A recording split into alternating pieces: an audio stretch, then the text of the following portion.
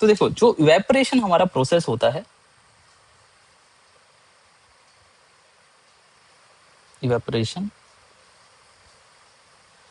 क्या होता है, किसी को पता है क्या होता है, what is evaporation? Anyone knows about it?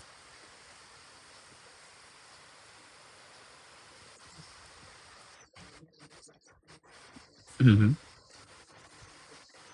हम्म। तो बॉइलिंग में और एवेपोरेशन में क्या फर्क है? बॉइलिंग में भी तो यही होता है।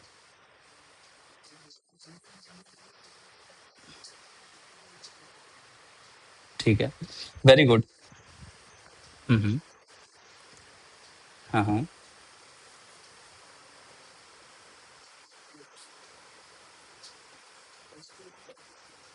हम्म। बिल्कुल, वेरी गुड। ठीक है, तो these are the basic definition जो आपने बताई हैं। ठीक है, यू आर एब्सोल्युटली करेक्ट। जो मानविक ने बोला है वही बिल्कुल सही बात है कि जो बॉइलिंग होती है वो एट अ फिक्स्ड टेम्परेचर होती है। ठीक है, बट इवेपोरेशन क्या होता है, through out the range of temperature evaporation is possible. This is the first point. And the second point is कि जो हमारे पास इवेपोरेशन होता है वो सरफेस फिनोमिना होता है। ठीक है, सरफेस फिनोमिना होता है, बल्क फिनोमिना नहीं होता। इससे मतलब क्या है, देखो ये दो पॉइंट्स हम लिख लेते हैं कि evaporation, evaporation occur throughout the range of temperature,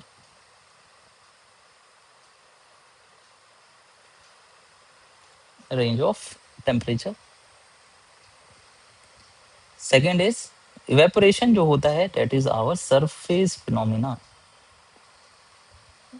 is surface phenomena. इसको थोड़ा और डीपली समझते हैं अब। देखिए, जैसे सपोज करो मेरे पास यहाँ पे मैंने बीकर लिया, इसमें ना वाटर फिल कर दिया। मैं यहाँ पे कुछ भी अमाउंट इसका ले रहा हूँ, लेट से मैंने यहाँ पे 50 ग्राम वाटर। ठीक है, अगर वन डेंसिटी मानेंगे तो कोई बच्चा ऐसे भी कर सकता है कि 50 ml हमने वाटर यहाँ पे ले लिया, कंसिडरिंग डेंसिटी इज 1 ग्राम पर सेंटीमीटर क्यूब। मैंने यहाँ पे वाटर फिल कर दिया। अभी अगर मैं मानता हूँ कि यहाँ टेम्परेचर जो है वो 25 डिग्री सेल्सियस है, तो मैं पूछूंगा क्या यहाँ पे इवेपोरेशन हो रही है, क्या यहाँ पे इवेपोरेशन हो रही है?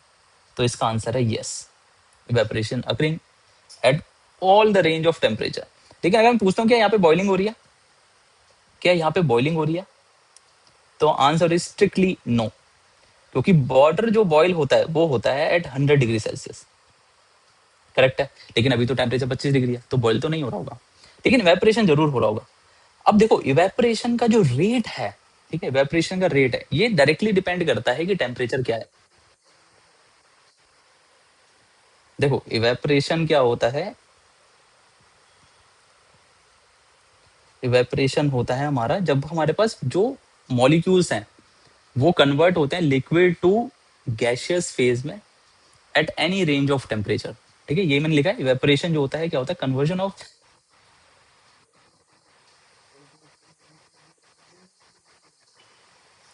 किस टाइम पे? फ्रीजिंग के टाइम पे।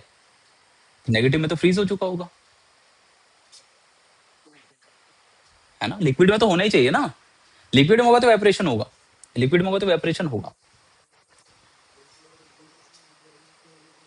बिल्कुल बिल्कुल बिल्कुल बिल्कुल बिल्कुल करेक्ट, लेकिन अगर जीरो से नीचे जा, हाँ बिल्कुल वो भी सिखा रहा हूँ, सरफेस क्या है वो भी, अभी वेट करो, है ना?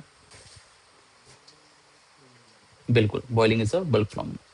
ठीक है, तो देखो होता क्या है कि अभी तो यहाँ पे बॉईल नहीं हो रहा होगा। ठीक है, आपने क्या करा, यहाँ पे बर्नर लगाया, बर्नर कनेक्ट करा आपने, और यहाँ से आप हीट करने लगे, आपने हीटिंग शुरू की। अब क्या होगा, टेम्परेचर जो है वो बढ़ेगा, इट विल गो अप, तो हमारा इवेपोरेशन रेट जो है वो बढ़ेगा। टेम्परेचर जैसे जैसे बढ़ेगा इवेपोरेशन का रेट जो है वो बढ़ने लगेगा। ठीक है, अब देखो क्यों ऐसा होगा ये हमें समझना है। तो जब मैं ऐसा कह रहा हूं कि सरफेस फिनोमिना है, तो देखो सरफेस पे मॉलिक्यूल्स होंगे, मैं समझ लेता हूँ सरफेस पे मॉलिक्यूल्स। अभी देखो ये 2D में है, लेकिन अगर मैं सरफेस को देखूंगा तो अगर बॉल, देखो सरफेस अगर ऐसा हुआ बीकर का, तो यहाँ पे सब मॉलिक्यूल्स हैं ये सारे, समझ लो। ये बीकर का अगर मैं ऊपर से देख रहा हूँ बीकर को, तो ये सारे वाटर के टॉप लेयर पे जो भी मॉलिक्यूल्स होंगे वाटर के, ये सब इवेपोरेट करेंगे, ये सब मतलब कन्वर्ट होंगे, गैशियस फेज में जाएंगे, जो भी यहाँ लिक्विड में दिख रहे हैं आपको इस तरीके से। अब ये सारे देखो ऊपर उठते हैं ऐसे, ये वाली चीज। तो सरफेस के उड़ रहे हैं इसलिए हम कह रहे हैं सरफेस फिनोमिना है। अगर ऐसा नहीं है कि देखो ये ऊपर चला जाए, ऐसा नहीं होगा। पहले ये वाला मॉलिक्यूल यहाँ ऊपर पहुंचेगा ना सरफेस पे, कौन समझ रहा है? पहले जो नीचे वाला मॉलिक्यूल है ये ऊपर सरफेस पे पहुंचेगा, फिर सरफेस वाला मॉलिक्यूल ऊपर उठेगा। समझ आए? ऐसा नहीं है कि इसको जंप करके वे बाहर निकल जाए, ऐसे कूद के ऊपर नहीं जा सकता। ये आएगा, इसके पीछे लग जाएगा, यहाँ बैठ जाएगा, ऐसे इसके नीचे वाला इसके नीचे लग जाएगा, इसके नीचे वाला इसके नीचे लग जाएगा। पहले ये उड़ेगा सरफेस वाला, फिर ये हट गया, ये इसकी जगह ले लेगा, फिर दूसरा वाला उड़ेगा, फिर तीसरा वाला ऊपर आ जाएगा सरफेस पे, फिर तीसरा वाला उड़ेगा। समझ आ रहा है? तो कोई भी मॉलिक्यूल है पहले सरफेस पे जाता है, फिर सरफेस वाला उड़ता है, फिर नीचे वाला सरफेस पे जाता है, फिर सरफेस से उड़ता है। तो जो मॉलिक्यूल बिल्कुल होगा, बिल्कुल स्लोअर रेट पे होगा। ठीक है, बट हम ये देखेंगे कि कौन कौन से फैक्टर से हम इवेपोरेशन तेज कर सकते हैं। ऐसी क्या चीजें हैं जिनको छेड़ाखानी करके हम चेंज करके ट्विक करके हम ये इवेपोरेशन। टेम्परेचर तो एक है, और भी रीजंस है। बिल्कुल। और बिल्कुल सरफेस एरिया एक और होता है। Surface area, surface area measure है यहाँ पे। सरफेस एरिया, टेम्परेचर और humidity are the measure points, ठीक है, जो ज्यादा अफेक्ट करते हैं। चलिए, ज्यादा होगी तो कम होगा ना। मैं कह रहा हूँ अभी अफेक्ट किस किस से हो सकता है। डेफिनेटली अगर ह्यूमिडिटी कम होगी तभी आपका इवेपोरेशन ज्यादा होगा, अगर ह्यूमिडिटी ज्यादा है तो उस केस में आपकी इवेपोरेशन रेट कम रहेगा। ठीक है, चलिए, तो वेरी गुड, आपको काफी अच्छे से पता है ये चीजें। तो क्या क्या फैक्टर्स हैं? तो ये सरफेस वाले अपने इवेपोरेट होते रहते हैं, जैसे टेम्परेचर बढ़ाओगे उतनी जल्दी नीचे वाला मॉलिक्यूल ऊपर जाएगा और ऊपर वाला ऊपर जाएगा। समझ रहा है? फटाफट फटाफट ये प्रोसेस हो जाएगा अगर हीट बढ़ाएंगे। तो फैक्टर्स अफेक्टिंग अगर हम यहाँ पे देखते हैं, factors affecting rate of evaporation, तो सबसे पहला होता है सरफेस एरिया। किसी ने छोटा भी कर लिया, किसी ने बड़ा भी कर लिया, तो सरफेस पे ज्यादा मॉलिक्यूल होंगे। सपोज करो एक बच्चे ने इतना सा भी कर लिया और किसी बच्चे ने इतना बड़ा वाला भी कर ले लिया। अब क्योंकि अगर यहाँ पे मान लेते हैं 100 मॉलिक्यूल सरफेस पे, तो मान लेते हैं यहाँ पे 500 है। तो अगर पर सेकंड में, मैं पर सेकंड में निकाल रहा हूँ, मान लो पर सेकंड में 100 मॉलिक्यूल ऊपर जा रहे हैं, तो पर सेकंड में यहाँ पे 100 गए और यहाँ पे कितने जाएंगे? 500 जाएंगे एक सेकंड के अंदर। क्यों? क्योंकि सरफेस को ऐसे ऐसे करके 500 मॉलिक्यूल सरफेस पे होंगे अगर बड़ा बीकर होगा। तो बड़ा बीकर मतलब सरफेस एरिया इज हायर, और सरफेस एरिया अगर ज्यादा है तो इवेपोरेशन भी ज्यादा होगा, rate of evaporation will be higher. हर सेकंड में 500 मॉलिक्यूल जो है वो इस बड़े वाले बीकर से निकलेंगे, और यहाँ पे हर सेकंड में 100 मॉलिक्यूल जो है वो बीकर से निकलेंगे based on the surface area, right. तो हम यहाँ लिख सकते हैं कि अगर सरफेस एरिया ज्यादा है तो हमारा evaporation rate will also higher. ठीक है, सेकेंड पॉइंट इज टेम्परेचर। ये मैं बता चुका हूँ कि टेम्परेचर जितना ज्यादा होगा मॉलिक्यूल फटाफट ऊपर जाएंगे, तो टेम्परेचर बढ़ाएंगे तो इवेपोरेशन का रेट भी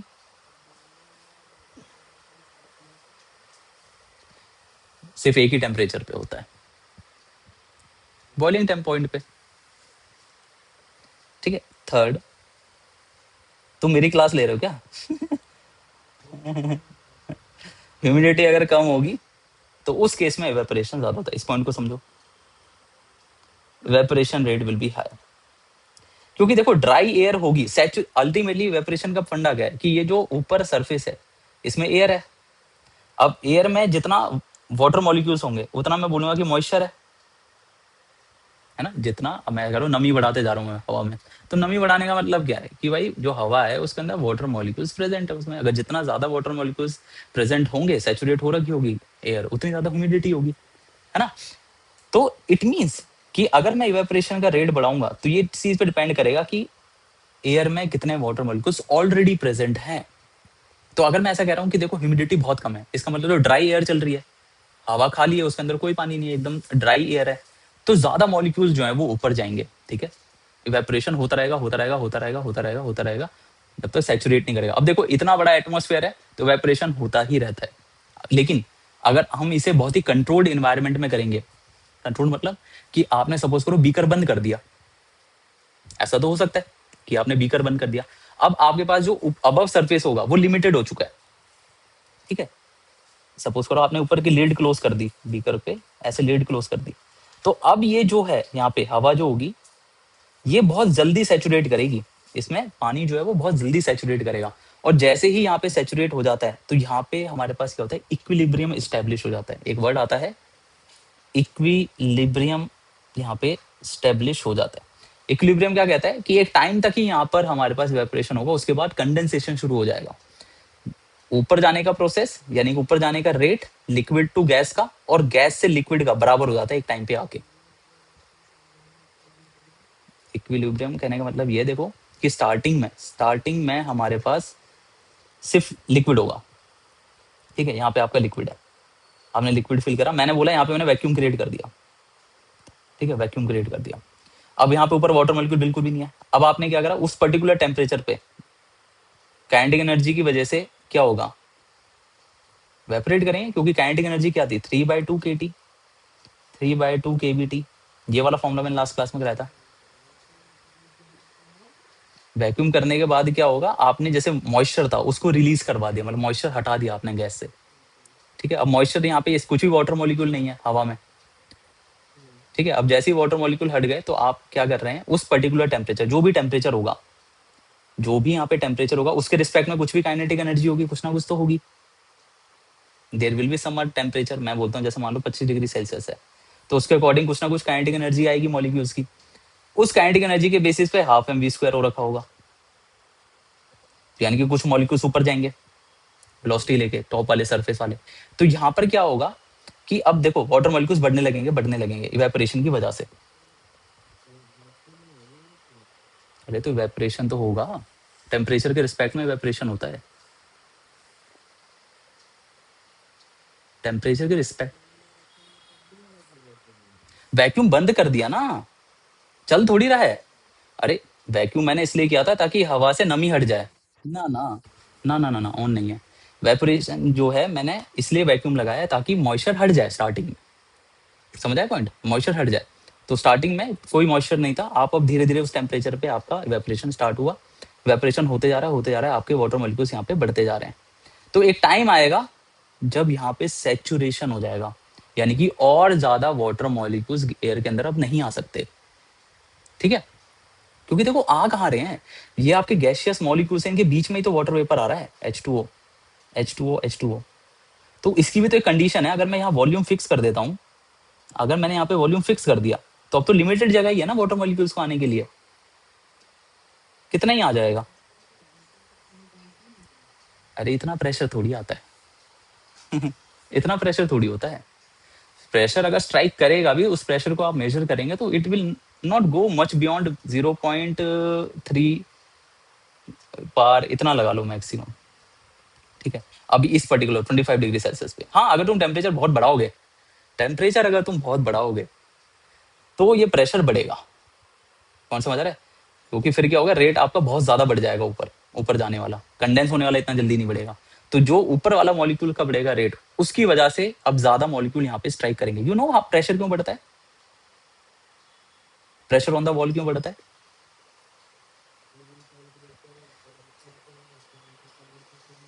ठीक है,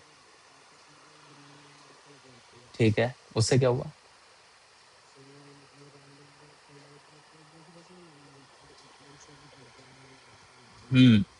दिस इज करेक्ट।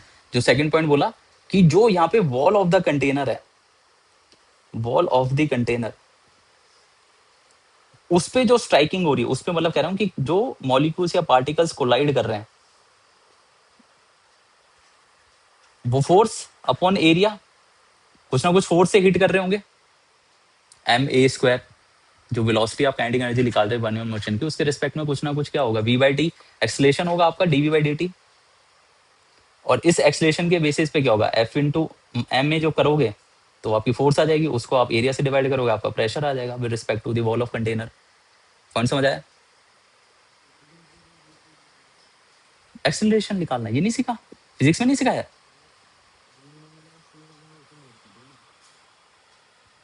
v-u/t तो वही तो हो गया, final minus initial upon T, T2 minus T1। D differentiation होता है, differentiation of velocity with respect to temperature.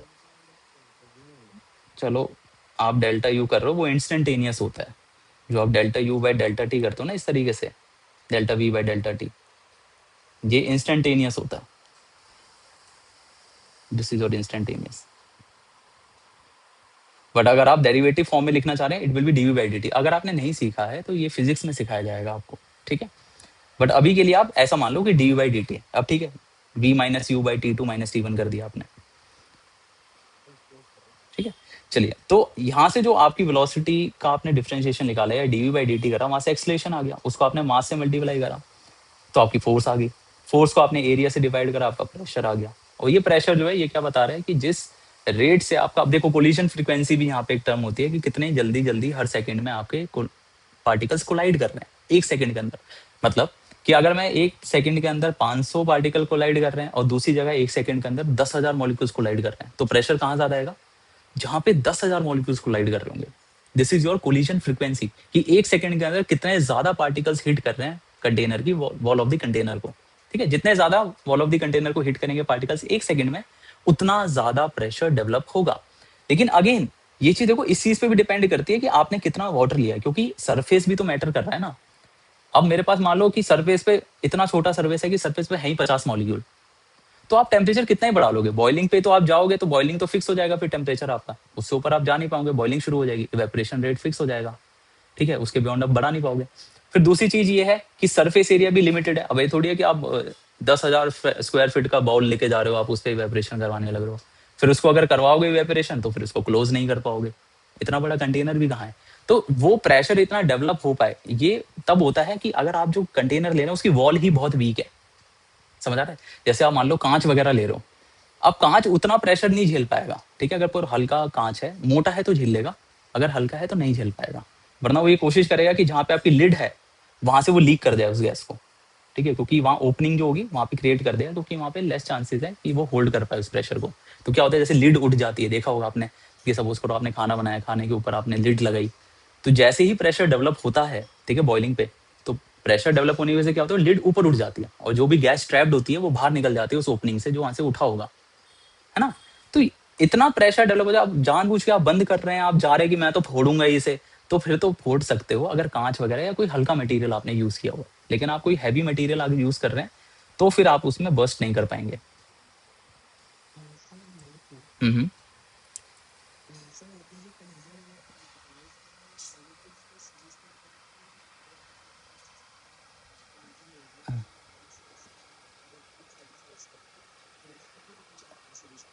Size पे तो नहीं करेगा, देखो मास के ऊपर जो प्रेशर है वो अल्टीमेटली इस चीज पे डिपेंड कर रहा है कि मास क्या है और एक्सलेशन क्या है।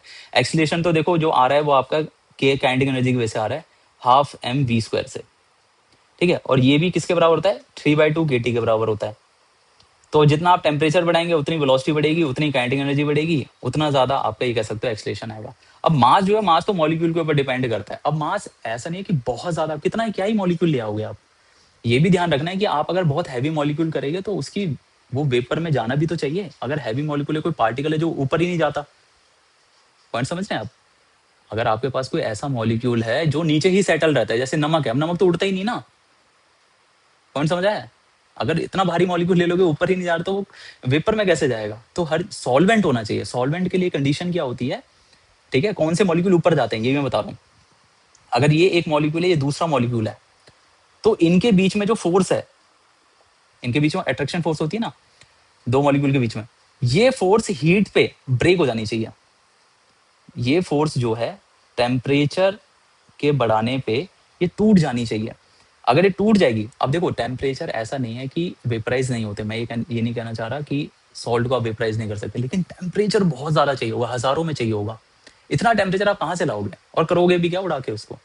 तो हम बात कर रहे हैं नॉर्मल टेम्परेचर कंडीशंस की। जैसे मान लो कि हाँ 100-200 के आसपास पे ये बॉन्ड क्लीव हो जाता है दो मॉलिक्यूल्स के बीच का, तो ये फटाफट उड़ जाएगा। क्योंकि देखो अल्टीमेटली हो क्या रहा है कि ये जो टॉप सरफेस का मॉलिक्यूल है और इसके नीचे सरफेस का जो मॉलिक्यूल है वाटर का, इन दोनों ने आपस में, इनके बीच में फोर्स है, कौन सी है, हाइड्रोजन बॉन्डिंग है। यू नो दिस, इस तरीके से हाइड्रोजन बॉन्डिंग। हाँ, ये क्यों नहीं याद रखना, ये फोर्स है जो होल्ड करके रखती है। This is the force between two water molecules. जितने वाटर मॉलिक्यूल्स होंगे उनके बीच में कौन सी फोर्सेज होती है, हाइड्रोजन बॉन्डिंग प्रेजेंट। क्या चीज? हाँ हाँ हाँ हाँ हाँ हाँ। अभी इवेपोरेशन में जो भी आएगा आपसे वाटर के बारे में पूछा जाएगा। अलग अलग जगह पे अलग अलग टाइप की फोर्सेस होती हैं, बट अभी हमें उतना नहीं समझना है। ठीक है, अभी हमें सिर्फ इतना समझना है कि कोवलेंट बॉन्डिंग पे क्लासिफिकेशन में आ सकता है थोड़ा, क्लासिफिकेशंस में पूछा जा सकता है, पीरियोडिसिटी जिसे कहते हैं, आ सकती है। मैं सिखाऊंगा। ठीक है, अगर आपको आती अच्छी बात है, नहीं आती तो मैं सिखाऊंगा। ठीक है, hold for a second. Covalent bond किस किस तरीके के होते हैं?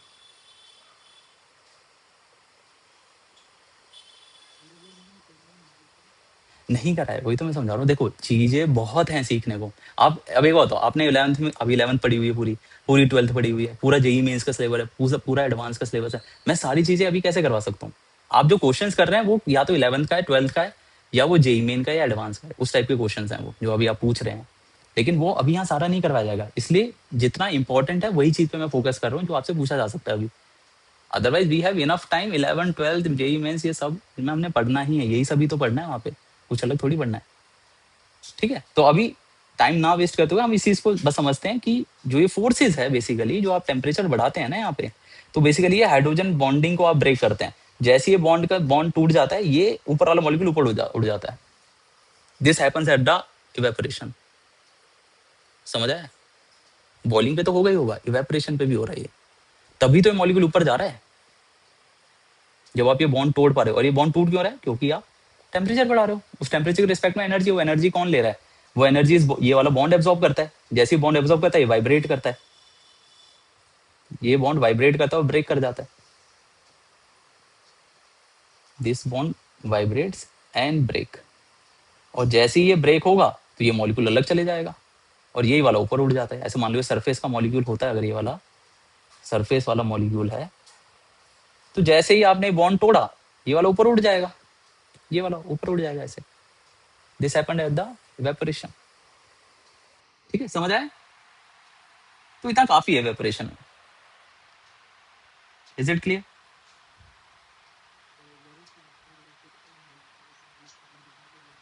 हाँ। हम्म।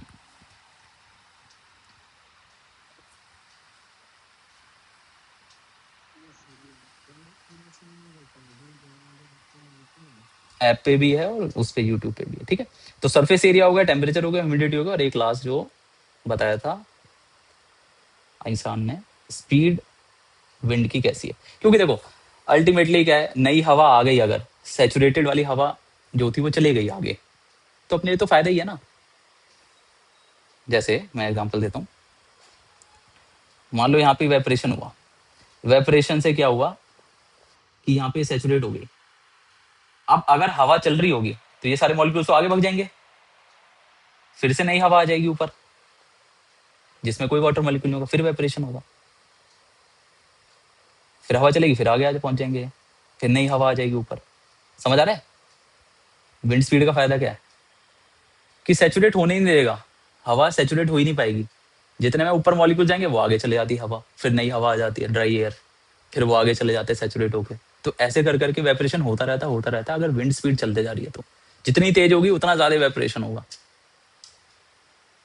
अब ये नहीं आंधी ले आओ समझ आ रहा है? कि तुम सोचो अरे सर पंखा चला देंगे बीकर के ऊपर, तो वो भी नहीं करना ना। हम नॉर्मली बात कर रहे हैं कि कौन कौन से फैक्टर्स अफेक्ट करते हैं। कर सकता है, क्यों नहीं करेगा, बिल्कुल करेगा। बट वो हवा बाहर जानी चाहिए, ऐसे नहीं कमरे में हवा चलाने लग रहे हो, क्योंकि कमरे के अंदर सैचुरेट तो होगा ना। बीकर के ऊपर माना नहीं होगा, लेकिन after a time room room में तो हवा सैचुरेट कर जाएगी। ठीक है, बाहर का दरवाजा खोल देना, फिर वो एटमोस्फेयर में चलेगा। अब एटमोस्फेयर भाई यूनिवर्स तक जा रहा है इतना बड़ा, वहां थोड़ी कोई सैचुरेट होने लग रही है ना। चलिए, तो अब हमें नेक्स्ट यहाँ पे सीखना है गैस लॉस। तो वेपरेशन में इतना ही काफी है आपको। बस यहाँ पे देखो, विंड स्पीड अगर बढ़ेगी, विंड स्पीड अगर आपकी बढ़ेगी तो वेपरेशन बढ़ेगा, वेपरेशन आपका बढ़ेगा। बस ये फैक्टर्स अफेक्टिंग याद रखना है, बाकी जो बेसिक आपको पता था कि सरफेस फिनोमिना है, ठीक है, और बॉइलिंग और वेपरेशन एक साथ सिर्फ एक ही टेम्परेचर पे हो सकता है। इवेपरेशन हर टेम्परेचर पे होता है और बॉइलिंग सिर्फ फिक्स टेम्परेचर पे होती है, that is at a boiling point. जो कहा क्या आता है वाटर के लिए 100 डिग्री सेल्सियस। ठीक है, ओके। तो नेक्स्ट इज गैस लॉज।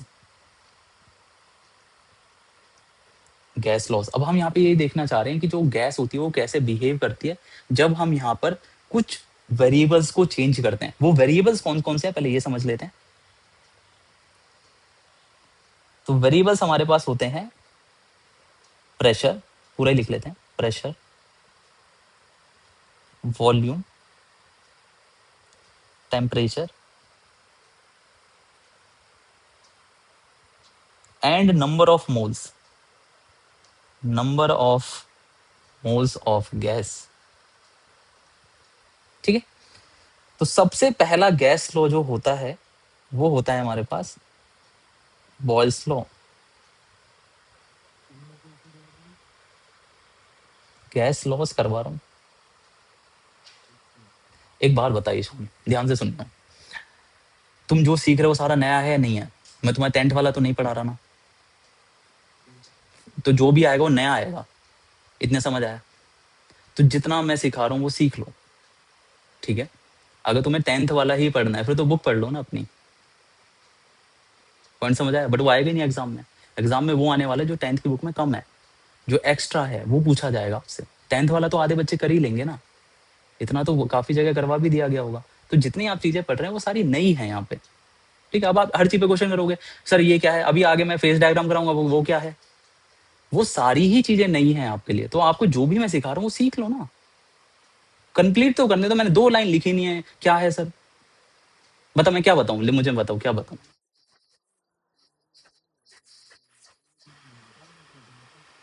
मेरी गलती है पानी पीने का, पानी की बोतल रखा कर साथ में। पता है ये क्या होता है ना, देख ईशान, हाँ ईशान, इससे क्या होता है, देख मेरा मूड खराब हो जाएगा, इससे क्या होगा, बाकी बच्चों की क्लास खराब होगी। गलत है नहीं है मुझे बता, है ना? इंटरप्ट करना ठीक नहीं है। चलो कोई बात नहीं, मैं ये समझा रहा हूँ कि जो गैस होती है N2O2 CO2, जो भी गैस है वो किन लॉज को फॉलो करती है ये मैं यहाँ पे सिखा रहा हूँ। तो वेरिएबल क्या होते हैं जिनको मैं चेंज कर सकता हूँ? प्रेशर को मैं चेंज कर सकता हूँ, वॉल्यूम को मैं चेंज कर सकता हूँ, है ना? किसी छोटे कंटेनर में भर दी मैंने O2 गैस को, किसी को बड़े कंटेनर में भर दिया तो वॉल्यूम चेंज हो जाएगा। फिर टेम्परेचर को बड़ा घटा सकता हूँ, फ्रिज में रख दिया, हीट कर दिया, टेम्परेचर चेंज हो जाएगा। नंबर ऑफ मोल्स को चेंज कर सकता हूँ, कहीं मैंने 20 ग्राम ली, कहीं पे 50 ग्राम ली, तो given mass upon molar mass करके मैं मोल्स चेंज कर सकता हूँ। तो these are all the variables, variables मतलब जिनको हम चेंज कर सकते हैं अपने हिसाब से। तो पहला जो लॉ है दैट इज बॉयल्स लॉ, जो हम यहाँ पर स्टडी करें कि गैस जो है वो फॉलो करती है। तो व्हाट इज द कंडीशन कि यहाँ पर हमारे पास लिखो, at constant temperature and number of moles,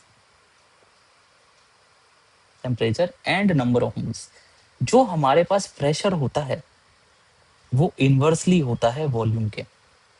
ठीक है, इनवर्सली होता है वॉल्यूम के। क्या कंडीशन है कि टेम्परेचर और नंबर ऑफ मोल्स को फिक्स रखना पड़ेगा। ध्यान से समझो, मैंने ये लिया, ठीक है, यहां पे टेम्परेचर रखा मैंने 25 डिग्री सेल्सियस। फिर दूसरी जगह मैंने क्या करा, वॉल्यूम ज्यादा लिया, ठीक है, इतना बड़ा क्यूब ले लिया लेट से।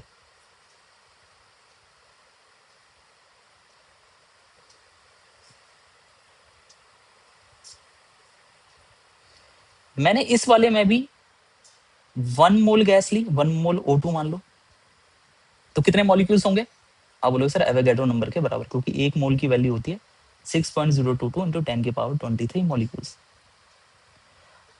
25 डिग्री पे मैंने 1 मोल O2 गैस ली, सेम ही गैस मैंने इसमें डाली, कितनी? 1 मोल। 1 मोल मैंने O2 ली यहाँ पे भी, तो कितने मॉलिक्यूल्स होंगे? एग्जैक्टली सेम, 6.022 इंटू 10⁻23 मॉलिक्यूल्स होंगे, क्योंकि 1 मोल के अंदर इतने ही मॉलिक्यूल्स होता है। फिर टेम्परेचर भी देखो, मैंने यहाँ पे क्या करा, 25 डिग्री सेल्सियस ही रखा, 25 डिग्री सेल्सियस ही मैंने यहाँ पे रखा, करेक्ट। अब क्वेश्चन ये आया कि अगर देखो नंबर ऑफ मोल्स सेम है, देख पा रहे हो ना, नंबर ऑफ मोल्स सेम है, टेम्परेचर भी मैंने सेम लिया, तो क्या ऑब्जर्व करते हैं कि यहाँ पे जो गैस होगी वो कुछ ना कुछ प्रेशर लगा रही होगी। सपोज करते हैं इस वाली वॉल पे, इस वाली वॉल पे कुछ प्रेशर लगा रही होगी, ये मैं मान लेता हूँ P1, ठीक है। इस वाले पे कुछ प्रेशर लगा रही होगी P2, ठीक है, इस वाली कंटेनर में। तो बात आई कि किसमें प्रेशर ज्यादा होगा, विच इज हायर, P1 और P2, ठीक है, विच इज हायर P1 और P2। तो इसका जवाब देता है बॉयल्स लॉ। बॉयल्स लॉ कहता है कि अगर आपने टेम्परेचर फिक्स कर दिया 25 डिग्री 25 डिग्री, आपने नंबर ऑफ मोल्स फिक्स कर दिए, तो हमारा प्रेशर और वॉल्यूम का रिलेशन जो होता है वो इनवर्सली प्रोपोर्शनल होती है, इनवर्सली प्रोपोर्शनल होता है, इनवर्सली प्रोपोर्शनल होता है। इसका मतलब क्या है इनवर्सली प्रोपोर्शनल का, कि अगर आपका प्रेशर ज्यादा है तो आपका वॉल्यूम कम होगा, अगर आपका वॉल्यूम कम है, सॉरी प्रेशर कम है तो आपका वॉल्यूम ज्यादा होगा। इनवर्स रिलेशन फॉलो होता है। तो अगर मैंने ये पूछा कि कौन सी वैल्यू ज्यादा है, P1 ज्यादा है या P2 ज्यादा है, तो इसका आंसर इस चीज पे आएगा कि वॉल्यूम सर किसका ज्यादा है, ठीक है। तो आप बताओ किसका वॉल्यूम ज्यादा है, यहाँ V2 है और यहाँ V1 है, which will have a higher volume, V2 है ना। V2 is greater than V1, सबको दिख रहा है, साइज बड़ा है तो वॉल्यूम तो ज्यादा आएगा, length into breadth into height, है ना। और क्यूब मान लेते हैं तो साइड का क्यूब मान लो। तो अगर वॉल्यूम ज्यादा है तो प्रेशर क्या होगा, कम होगा। इसका मतलब अगर V2 सेकंड वाले का वॉल्यूम ज्यादा है तो सेकंड वाले में प्रेशर जो होगा वो कम आएगा, सेकंड वाले में प्रेशर जो है वो कम आएगा। P2 will be less than P1, क्यों है, क्योंकि V2 ज्यादा है इसलिए P2 कम है। समझ आ रहा है इनवर्स का मतलब, जहां वॉल्यूम ज्यादा वहां प्रेशर कम, जहां वॉल्यूम कम वहां प्रेशर ज्यादा, उल्टा होता है। This is your Boyle's law. इतना क्लियर है, देखो यस और नो। ईशान, ईशान क्लियर है।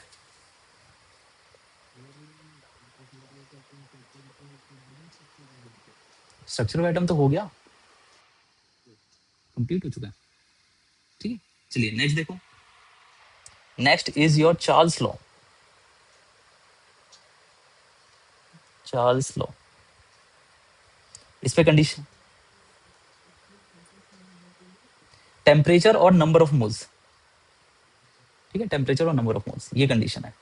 तो यहां से आप एक फॉर्मूला भी बना सकते हो, देखो P को V से मल्टीप्लाई कर दो, P को V से मल्टीप्लाई करोगे तो ये वैल्यू जो है वो कांस्टेंट के बराबर होती है, ठीक है, ये वैल्यू जो है आपकी कांस्टेंट रहती है। तो यहां से आप ऐसे भी कह सकते हो कि P1 V1 होगा तो P2 V2 के बराबर होगा।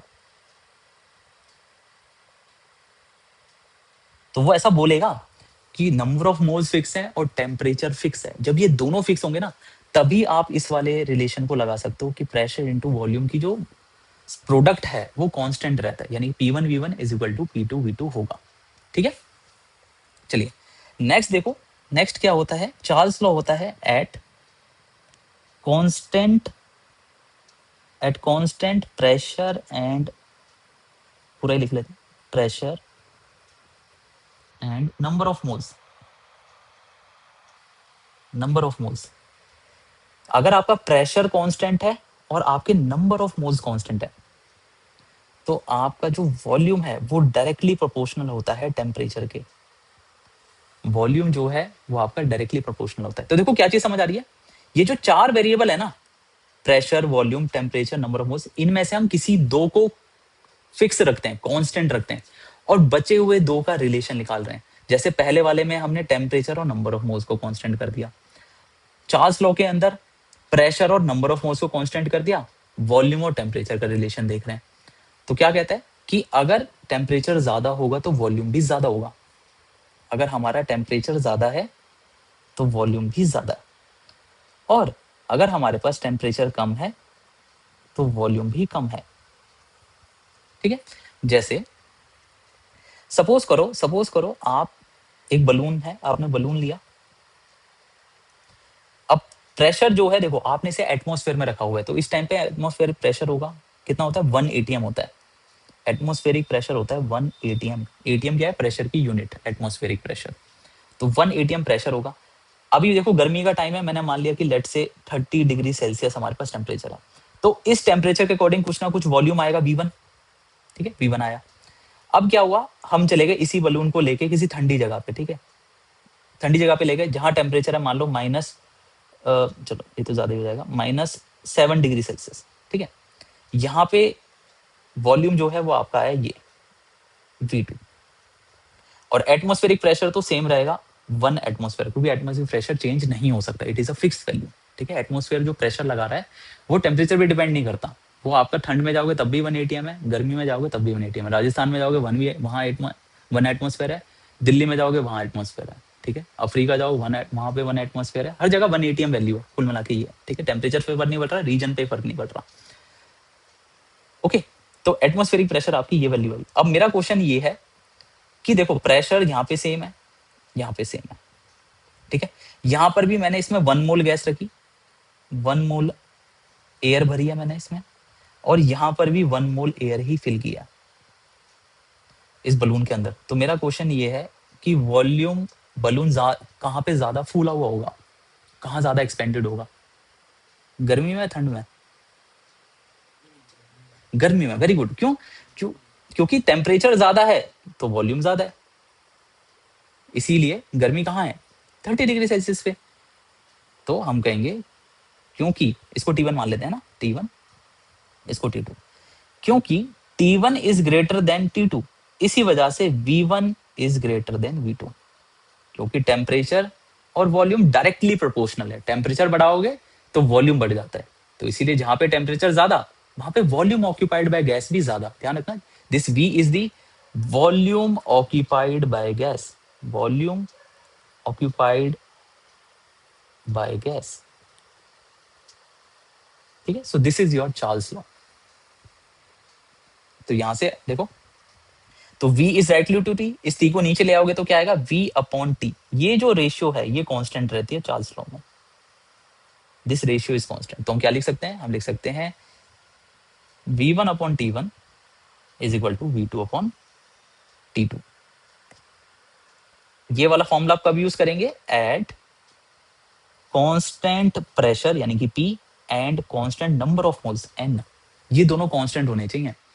ऐसा नहीं कि आप यहाँ पे नंबर ऑफ मोल्स आपने बढ़ा दिए, ठंड में ले गए तो आपने 2 मोल गैस ले ली, फिर थोड़ी चेंज कर पाओगे, रिलेशन ले पाओगे। आपको जो 4 वेरिएबल हैं, ये जो 4 वेरिएबल कौन कौन से, प्रेशर, वॉल्यूम, टेम्परेचर और नंबर ऑफ मोल्स, इनमें से किसी दो को फिक्स करना पड़ेगा। इन दोनों, इन चारों में से कोई भी दो जो हैं वो फिक्स होने चाहिए, कांस्टेंट होने चाहिए, और बचे हुए दो का हम यहाँ पे रिलेशन निकालते हैं। ठीक है, तो बॉयल्स लॉ में pressure is inversely to volume, Charles law में volume is directly to temperature, and then comes third one, Gay Lussac law.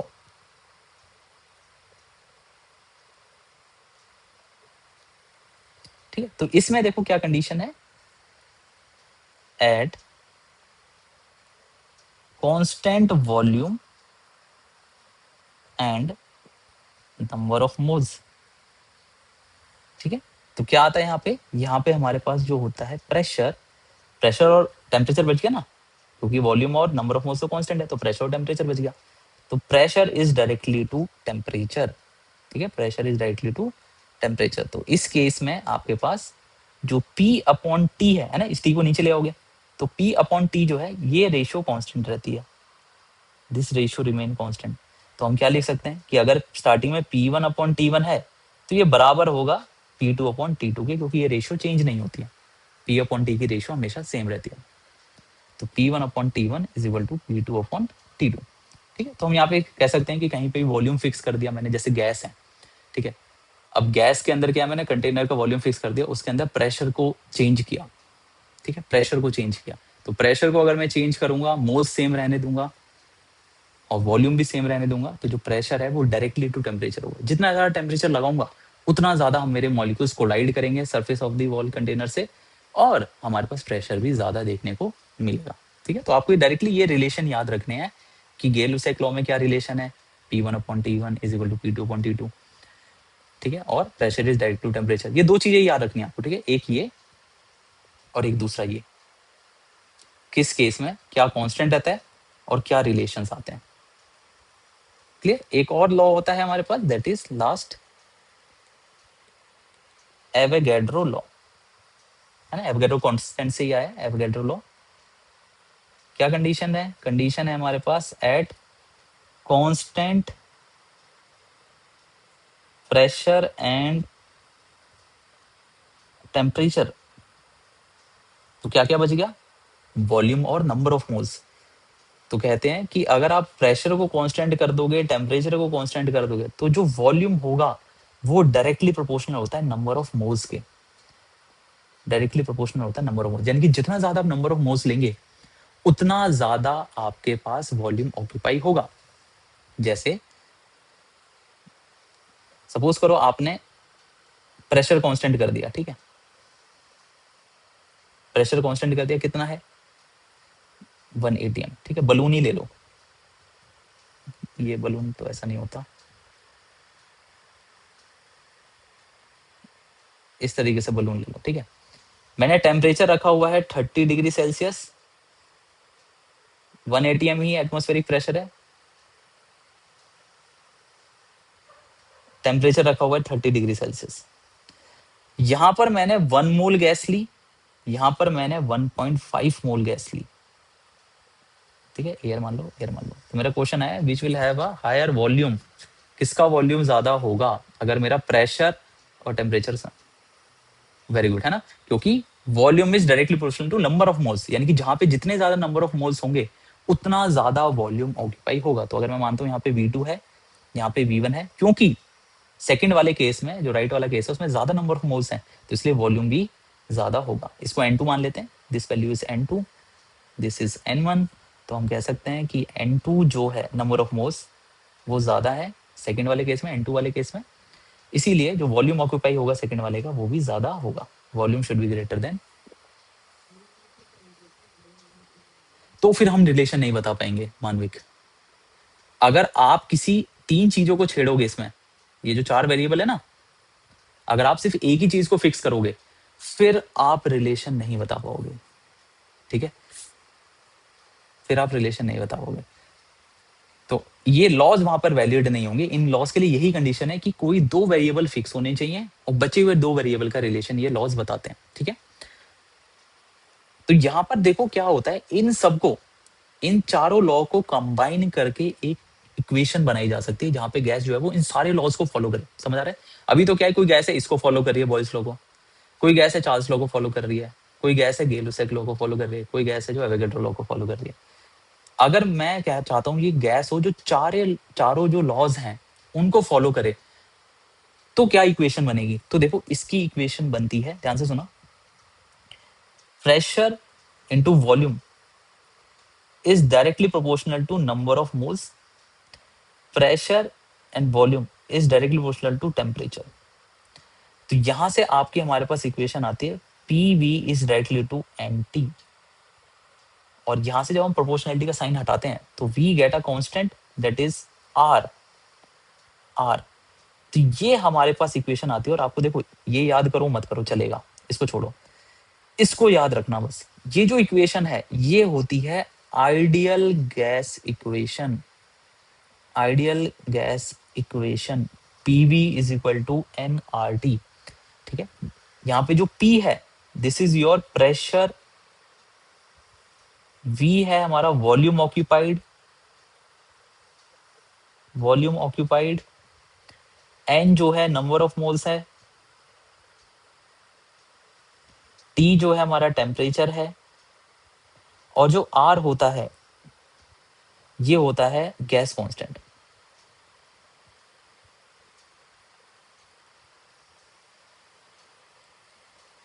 ठीक है। इसकी जो वैल्यू होती है ये वैल्यू भी आपको याद रखनी है, 0.0821 litre atmosphere kelvin inverse mole inverse, ठीक है। ये वैल्यू आपको याद रखनी है 0.0821 litre atmosphere kelvin inverse mole inverse. यानी कि ये जो आर की वैल्यू आप ये रखेंगे, ये कब रखेंगे? जब आप वॉल्यूम को रखेंगे लीटर में, प्रेशर को रखेंगे एटीएम में, टेम्परेचर को रखेंगे केल्विन में, और नंबर ऑफ मोल्स तो मोल्स में रहेंगे, ठीक है। अगर किसी बच्चे ने मिलीलीटर ले लिया वॉल्यूम में तो फिर आप 0.0821 नहीं रख सकते हैं। दोबारा सुनो, 0.0821 आर की वैल्यू सिर्फ और सिर्फ तभी रख सकते हो आप जब वॉल्यूम लीटर में होगा, प्रेशर एटमॉस्फेयर में होगा, टेम्परेचर केल्विन में होगा, और मोल्स मोल इनवर्स में होगा, ठीक है। इट मींस कि अगर आपको चाहे वो, ध्यान से सुनो, चाहे वो मिलीलीटर दे, चाहे वो डेसीलीटर ले, चाहे वो कोई भी वॉल्यूम ले, मैं उसको लीटर में कन्वर्ट करूंगा। ठीक है, वो प्रेशर मुझे टॉर में दे, बार में दे, mmHg में दे, मैं उस प्रेशर को 1 एटमॉस्फेयर में कन्वर्ट करूंगा। टेम्परेचर वो डिग्री सेल्सियस में दे तो मैं उसे केल्विन में करूंगा 273 ऐड करके। Right,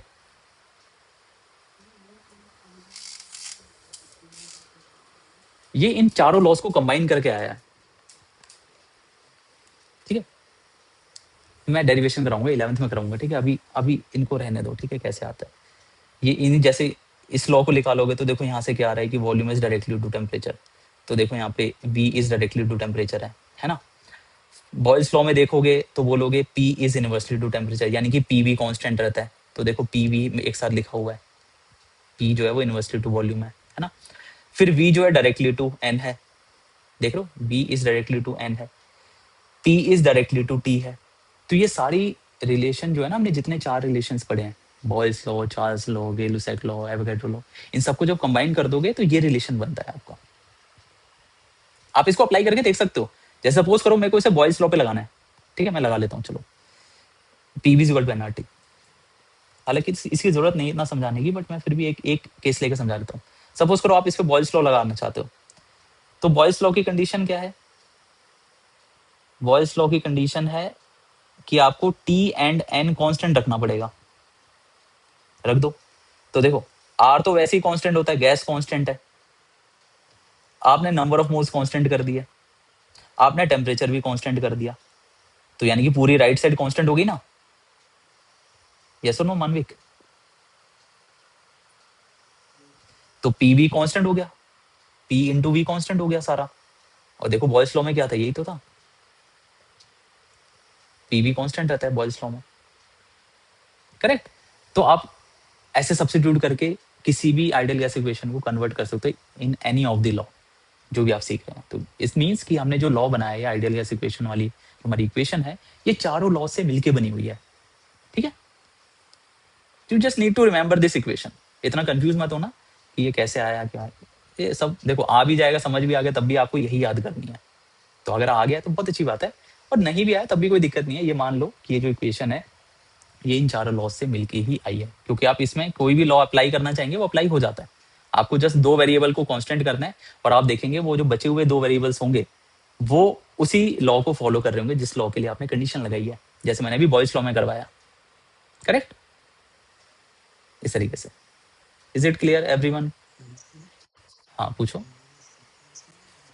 hmm,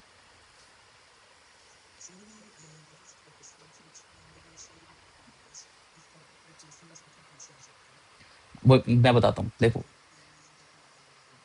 PV equal to nRT पे देखो कुछ नहीं करता, वो पूछ देता है आपको एक गैस है, आइडियल गैस इक्वेशन है। ठीक है, जो आइडियल गैस इक्वेशन में मिलेगा वो बोलेगा एक आइडियल गैस है जिसका मोल है लेट से 0.5। वो बोलता है 300 डिग्री केल्विन पे रखा हुआ है, वॉल्यूम ऑक्यूपाई कितना करेगा अगर प्रेशर इज 1 एटमॉस्फेयर। समझ आए? तो आपको ये जो इक्वेशन में 5 वेरिएबल है, दिख रहा है 5 वेरिएबल है, वैसे 4 है। एक तो R है, R तो कांस्टेंट रहता है 0.0821, लेकिन बचे हुए PVRT ये वेरिएबल्स हैं। सॉरी PVNT, R छोड़ो, PVNT आपके वेरिएबल्स हैं। इन 4 वेरिएबल्स में से वो 3 वेरिएबल आपको देगा, चौथा वाला वेरिएबल आपसे पूछेगा। समझ आया पॉइंट? इस इक्वेशन में 4 वेरिएबल्स हैं, प्रेशर, वॉल्यूम, N और T, ये 4 वेरिएबल हैं। ये मतलब वेरिएबल है। R तो कांस्टेंट है 0.0821। तो वो क्या करेगा, आपको इन 4 में PVNT में से 3 वेरिएबल दे देगा, चौथा वाला वेरिएबल पूछ लेगा। ये कोई भी हो सकता है इन चारों में से, ऐसा। बस आपको देखो यहाँ पे इंपॉर्टेंट क्या है, जो गलती बच्चे करेंगे, क्योंकि वो ना ये नहीं देगा, वॉल्यूम को लीटर में नहीं देगा, प्रेशर को ATM में नहीं देगा, टेम्परेचर को केल्विन में नहीं देगा। तो देखो क्या रखना है आपको, कन्वर्जन्स याद रखनी है। ठीक है, कन्वर्जन्स क्या है? वॉल्यूम की तो देखो सबको याद होगी, 1 लीटर जो होता है वो 1000 सेंटीमीटर क्यूब के बराबर होता है। ठीक है, और 1000 ml के बराबर होता है। करेक्ट। जो प्रेशर है ये याद रखना, ठीक है, यहाँ पर याद होता प्रेशर 1 ATM जो होता है वो 1.013 बार के बराबर होता है, या फिर 760 mm टॉर के बराबर होता है। ये मैंने करवाया स्टार्टिंग में, 760 mm Hg के बराबर होता है। ठीक है, तो आप इनको यूज करके कन्वर्ट करना आना चाहिए। टेम्परेचर जो होता है, अगर हमको डिग्री सेल्सियस दिया आप उसको 273 उसमें ऐड कर देना, you will get temperature in the kelvin, right. तो आपको कुछ भी दिया हो आप उसको कन्वर्ट करना आना चाहिए, क्योंकि मुझे वॉल्यूम को हमेशा लीटर में रखना है, प्रेशर को हमेशा एटीएम में रखना है और टेम्परेचर को हमेशा केल्विन में रखना है। तब मैं यहाँ पे आर की वैल्यू ये रख दूंगा 0.0821। क्लियर है? चलो मैं नेक्स्ट क्लास में ना एक क्वेश्चन करवा दूंगा इस पे, ठीक है, सो डेट ये डाउट क्लियर हो जाए। एक क्वेश्चन में बुक से करवा दूंगा, ठीक है। हाँ पूछो।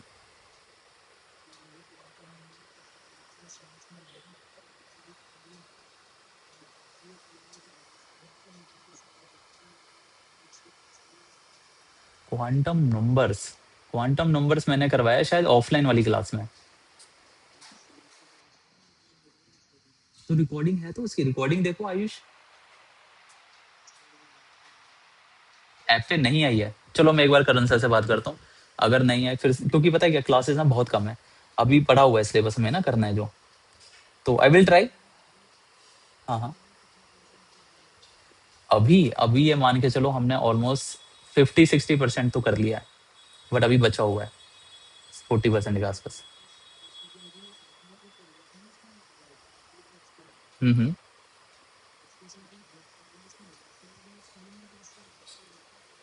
वो मैंने करवाई तो है, चार्ज टू मास रेशियो।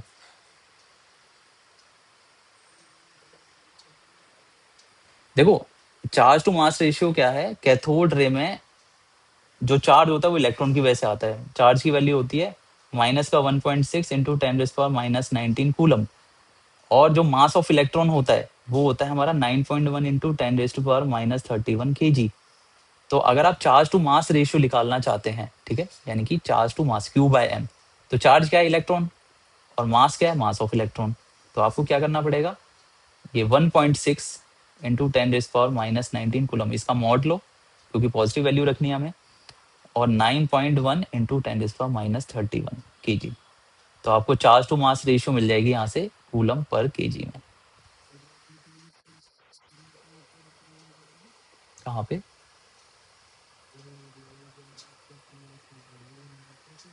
ये मॉड होता है, अगर नेगेटिव वैल्यू है तो ये पॉजिटिव लेनी होती है। ठीक है, ये तो साइन है ना हमारे पास, चार्ज को जब हम चार्ज बाय मास रेशियो निकाल रहे हैं तो हम नेगेटिव साइन नहीं लेंगे। क्या चीज? अरे सेम कैसे हो जाएगा, तुम तो ये कह रहे हो 1/5 और 5/1 सेम होता है।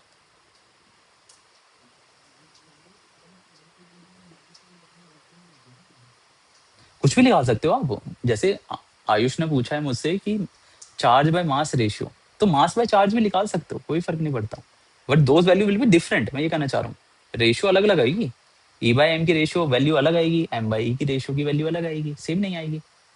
वो तो डिपेंड करता है कि आप क्या पूछना चाह रहे हैं। ये वैल्यू कांस्टेंट रहती है कैथोड में, डिपेंड नहीं करती कि गैस आप क्या ले रहे हैं। ठीक है आयुष, ये जो M/E या E/m है, ये रेशियो जो है वो सेम रहती है, ये डिपेंड नहीं करती आप क्या गैस ले रहे हैं। आप H2 ले लें, O2 ले लें, हीलियम ले लें, कुछ ले लें, E/m की रेशियो कैथोड एक्सपेरिमेंट में सेम आती है। बट जब हम इसको कैनाल एक्सपेरिमेंट करते हैं तो वहां पर पॉजिटिवली चार्ज आयन जो होता है उसको कंसिडर करते हैं हम। ठीक है, तो उस केस में जो चार्ज आयन है वो तो मास पे डिपेंड करेगा, कि हाइड्रोजन लोगे तो हाइड्रोजन के मास पे डिपेंड करेगा, तो मास ऑफ हाइड्रोजन रखोगे नीचे। हीलियम लोगे तो मास ऑफ हीलियम लेना पड़ेगा, वो अलग होता है मास। तो उस केस में चार्ज बाय मास रेशियो या mass by charge ratio different आती है in the case of canal रे एक्सपेरिमेंट। तो हम क्या कहते हैं कि कैथोड रे एक्सपेरिमेंट में जो मास अपॉन चार्ज रेशियो है या चार्ज अपॉन मास रेशियो है, ये इंडिपेंडेंट होती है गैस के। बट कैनाल रे एक्सपेरिमेंट में डिपेंड करती है रेशियो कि गैस आप क्या ले रहे हैं। जैसी गैस लेंगे आपकी वैल्यूज अलग अलग आती हैं चार्ज टू मास रेशियो की। This is what you have read, मेरे को लगता है यही आपने पढ़ा होगा और यही चीज आप पूछना चाह रहे हैं। करेक्ट है ना?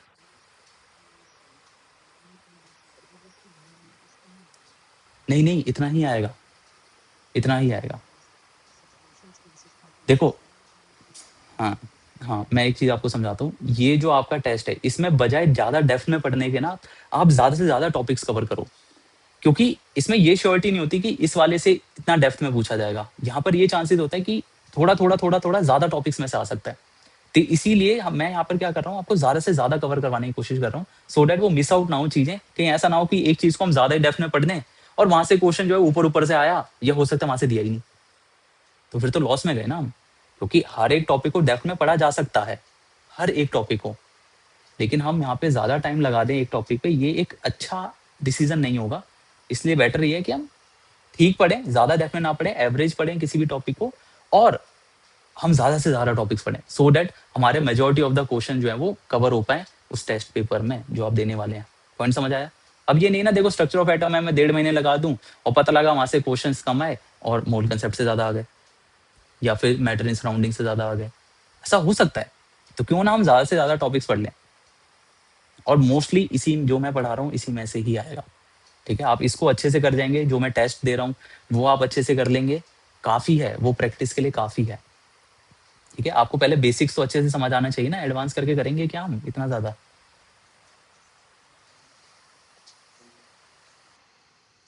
एनी डाउट, एनीवन कुछ कह रहे थे वत्सल?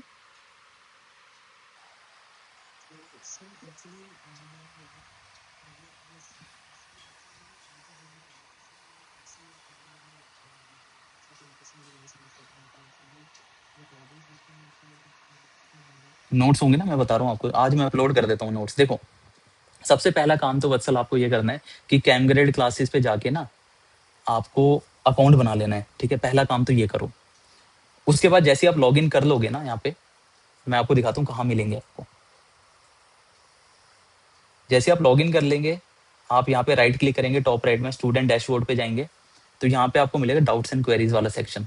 ठीक है, देखो यहाँ पे अभी 28 तक है, मैं आज अपलोड कर दूंगा आपको। यहाँ पे जितनी फाइल्स हैं till now, every PDF file जो भी हम पढ़ते हैं, देखो इस तरीके से आपको यहाँ पे फाइल मिल जाएगी, इस तरीके से। ईशान, हाँ, अच्छा किस में कह रहे हो आप? एक मिनट में देखता हूँ। ठीक है वत्सल, यहाँ पे आपको देखो पीडीएफ लिंक दिख रही है ना,